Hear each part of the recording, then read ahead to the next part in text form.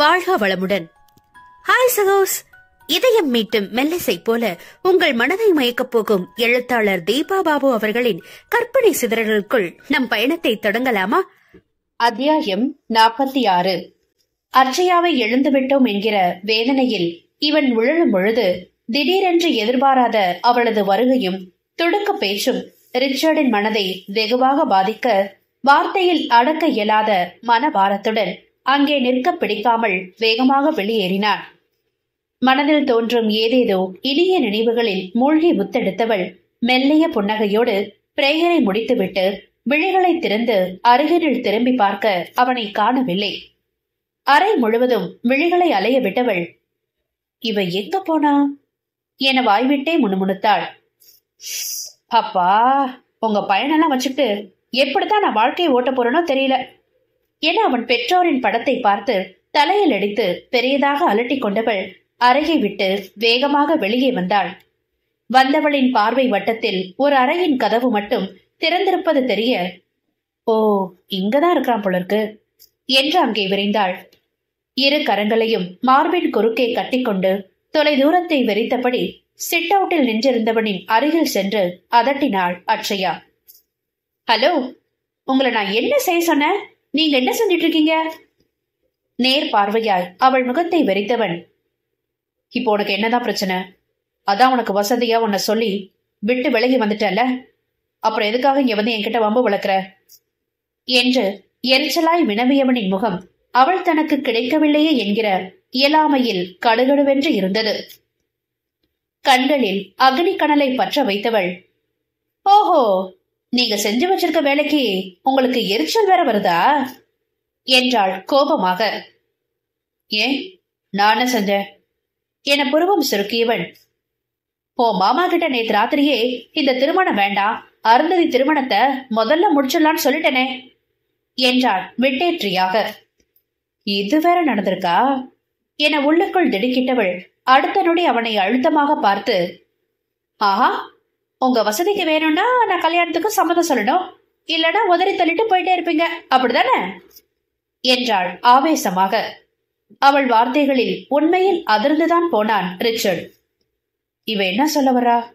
நான் என்னவோ இவளை ஆசை காட்டி மோசம் பண்ண மாதிரில பேசுறா, இவதானே வேணாம் வேணான்னு அப்படி முறுக்கிட்டு சுத்துனா. தன் முகத்தையே இமைக்காத பார்த்திருந்தவனிடம் என்ன என்றாள் அதிகாரமாக. நடக்கவே இயலாத திருமணத்திற்கு எதற்கு இந்த தேவையற்ற வாக்குவாதம் என்கிற சலிப்பு மனதில் தோன்ற வார்த்தைகளின்றி வேறு பக்கம் திரும்பிக் கொண்டான் ரிச்சர்ட். சட்டென்று அந்த பக்கமாக சென்று நின்றவள், எதுவும் பேசாம திரும்பிக்கிட்டா எல்லாம் சரியாயிடுமா என்றாள் ஆயாசத்துடன் விழிகளை மூடி திறந்தவள். உனக்கு என்னதான் வேணும்? என்னை என்ன செய்ய சொல்ற நீ என அவளிடமே அலுப்பாக வினவினான். என் கேள்விக்கு பதில் சொல்லுங்க. என்ன? நான் கல்யாணமே வேண்டாம் வேண்டாம் தானே சொல்லிட்டு இருந்தேன். அப்ப நேத்து நீங்க என்கிட்ட விஷயத்த சொன்ன உடனே அப்பாடா நிறுத்துறதுக்கு காரணம் கிடைச்சிருச்சுன்னு நான் சந்தோஷம் தானே அடையணும். அப்புறம் எதுக்காக எனக்கு அவ்வளவு கோபம் வந்துச்சு? இதற்கு இவன் என்ன பதில் சொல்ல முடியும்? அது மட்டுமா, இங்கேயா இல்ல இங்கேயான்னு தெரியல என தன் இதயத்தையும் மூளையும் தொட்டு காண்பித்தவள், எங்கேயோ இருந்து இந்த விஷயமே திரும்ப திரும்ப என்ன குடைஞ்சுக்கிட்டே இருக்கு. வேலை செய்ய பிடிக்கல, யார்கிட்டயும் பேச பிடிக்கல, எதையும் குடிக்க பிடிக்கல, சாப்பிட பிடிக்கல, எக்ஸெட்ரா எக்ஸெட்ரா. பிடிக்காத ஒருத்தனுக்காக நான் ஏன் என்னை இவ்வளவு வருத்திக்கணும் என்றாள் வேகமாக. முன்தினமே அவள் தன்னை வெறுத்து விட்டாள் என்கிற மனநிலையில் இருந்தவனுக்கு அவளுடைய கேள்விகள் எதுவும் அவனது எண்ணங்களில் பதியவே இல்லை. தன் போக்கில் அவள் கூறுவதையெல்லாம் அமைதியாக காதில் வாங்கிக் கொண்டு நின்றிருந்தான். அவ்வளவே. இதைவிட கொடுமை என்ன தெரியுமா என அவள் தேவைக்கு அதிகமாக வியக்கவும் தான் அவன் கவனம் சிறிது அவளிடம் குவிந்தது. எனக்கே தெரியாம என் கண்கள்ல இருந்து கரகரன்னு கண்ணீர் பெருகி வழியுது. ரிச்சர்ட் திகைப்புடன் அவளை பார்க்க அவனை நெருங்கி நின்றவள், நீ எப்படி போனா எனக்கு என்னடா? எனக்கே அவ்வளவு கோபமும் அழுகை வருது என்றாள் அவன் விழிகளை நேராக நோக்கி. அட்சயாவின் டாவிற்கா அல்லது அவளுடைய நெருக்கத்திற்கா என்று தெரியாமல் நாயகனின் விழிகள் அதிர்ந்து விழிக்க, பதில் சொல்லுங்க, எத்தனை கேள்விகள் கேட்டேன், அதுல குறைஞ்சபட்சம் ஏதாவது 2 கேள்விகளுக்காவது இப்ப நீங்க கட்டாயமா பதில் சொல்லணும் என உத்தரவிட்டவள் அடுத்து சாய்ஸ் இஸ் யோர்ஸ் என்ற ராகம் பாடினாள். அவள் கூறியவற்றை எல்லாம் கோர்வையாக்கி சிந்தித்து பதில் தேட விடாமல் தடுத்த அவளுடைய நெருக்கம் அவன் இதயத்தில் படபடப்பை கூட்ட பதிலின்றி மூளை மரத்து போய் நின்றான் ரிச்சர்ட். முழுதாக 1 நிமிடம் கூட பொறுமை காக்க முடியாமல், என்ன பதில் தெரியலையா என கேட்டு உதட்டை பிதுக்கினாள் அட்சயா. அவன் விழிகள் ஒரு நொடி சலனமின்றி அவள் உதட்டில் பதிந்து பின் விழிகளுக்கு உயர்ந்தது. ஆனா நான் கண்டுபிடிச்சிட்டேன். அவன் நெற்றியை சுருக்க, நானே அப்பதான் கஷ்டப்பட்டு கொஞ்சம் டென்ஷனை குறைச்சேன். இதுல இந்த கருண் பக்கி உங்களுடைய போட்டோவை வேற எனக்கு மெசேஜ் பண்ணா என இமைகளை தாழ்த்தினாள். அதுவரை படபடத்தவள் ஜர்க்காகி மெதுவாக பேசவும் அவன் விழிகளில் சுவாரஸ்யம் பிறந்தது. ஆக்சுவலி உங்களுடையதுன்னு தனியா இல்ல, 5 பேர் சேர்ந்து நிக்கிற போட்டோ தான். ஆனா பாருங்க, என் கண்கள்ல உங்களோட முகம் மட்டும்தான் பளிச்சுன்னு தெரிஞ்சு மேல கோபத்தை கிளறி விட்டுருச்சு என்றாள் மெல்லமாக. தான் என்ன உணர்கிறோம் என்பதை புரியாமல் ரிச்சர்ட் அவள் முகத்தையே பார்த்திருக்க, அதுக்கப்புறம் தான் நான் ரொம்ப டென்ஷன் ஆனது, அழுக வந்ததெல்லாம் என்றவள் நிமிர்ந்து அவன் முகம் பார்த்தாள். சரி, வந்தது வந்துச்சுன்னு கொஞ்ச நேரம் நிம்மதியா அழுதுட்டு அப்புறம்தான் ரொம்ப ஆழமா சிந்திச்சேன், நான் எதுக்காக என்ன போட்டு இவ்வளவு குழப்பிக்கிறேன்னு. அதுக்கு ஒரு பதிலும் கிடைச்சது என்றாள் அவன் முகத்தை விட்டு இம்மி அளவும் பார்வையை அகற்றாமல். எகிரும் இதய துடிப்பை சிறிதும் வெளிக்காட்டாமல் அவனும் அவளையே நேர்பார்வையாய் பார்த்திருக்க, I think I am in love with you என்றாள் கிசுகிசுப்பாக. இவைகளை மெல்ல கொட்டியவன் மெல்லைய பெருமூச்சொன்றை வெளியேற்றிவிட்டு சாவதானமாக திரும்பி நின்று வெளிப்புறம் பார்வையை செலுத்த மூக்குடைப்பட்டாள் அட்சயா. தான் எதிர்பார்ப்புடன் காதலை அறிவித்திருக்க அவனோ எந்த பிரதிபலிப்புமின்றி வேறுபுறம் திரும்பிக் கொள்ளவும் வெகுண்டவள், இடியட் என அவன் காதுபட நல்ல தெளிவாகவே முணுமுணுத்துவிட்டு விறுவிறுவென்று அங்கிருந்து வெளியேற முயன்றாள். அடுத்த நொடி அவளை வேகமாக இழுத்து தன் முன்னால் நிறுத்தி, என்ன சொன்ன என்று வினவி இருந்தான் ரிச்சர்ட். ஒரு கணம் திகைத்த அட்சயா மறுகணம் சிலிர்த்து கொண்டு, இடியட்னு சொன்ன என முறைத்தாள். மெல்ல இதழ்கள் விரிய, நான் அதை கேட்கல, அதுக்கு முன்னாடி ஏதோ சொன்னியே அதை கேட்டேன் என்றான் புன்னகையுடன். ஏதோ சொன்னேனாமா என புருவம் சுளித்தவள், நான் ஒரு முறைக்கு மேல எதையும் திருப்பி சொல்ல மாட்டேன் என முழங்கி அவனை சவாலாக ஏறிட்டாள். அன்றைய பேச்சை நினைவு கூர்ந்து கடகடவென்று நகைத்தவன், ஆனா நீ எதுவும் கண்டிஷன் போடலையே என்றவளுக்கு நினைவூட்டினான்.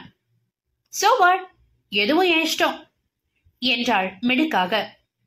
ஓ என்று மெச்சுதலாக இதழ்களை வளைத்தவன், பட் நான் சொல்லலாம் இல்லையா என்ற வினவமும் அவளுடைய வீம்பு ஆட்டம் காண ஆரம்பித்தது. இமைகள் படபடத்து தன் தவிப்பை வெளிக்காட்டி விடுமோ என பயந்தவள் அலட்சிய பாவத்தை கையில் எடுத்துக்கொண்டு விழிகளை வேறு பக்கம் விரட்டினாள்.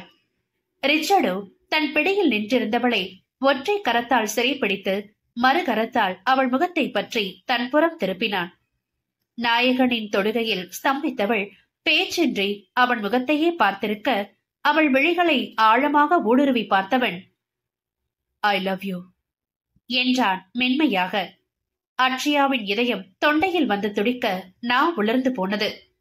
தன்னையே பிரமிப்புடன் பார்த்திருப்பவள் இவனின் மனதை மயக்க தன் கட்டுப்பாட்டை முழுதாக இழக்கும் முன் விரைந்து தன்னை சுதாரித்தவன் அவளை விட்டு கரங்களை மெதுவாக விலக்கிக் கொண்டான்.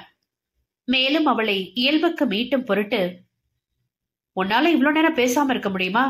சத்தியமா என்னால நம்பவே முடியல என சீண்டினான் ரிச்சர்ட்.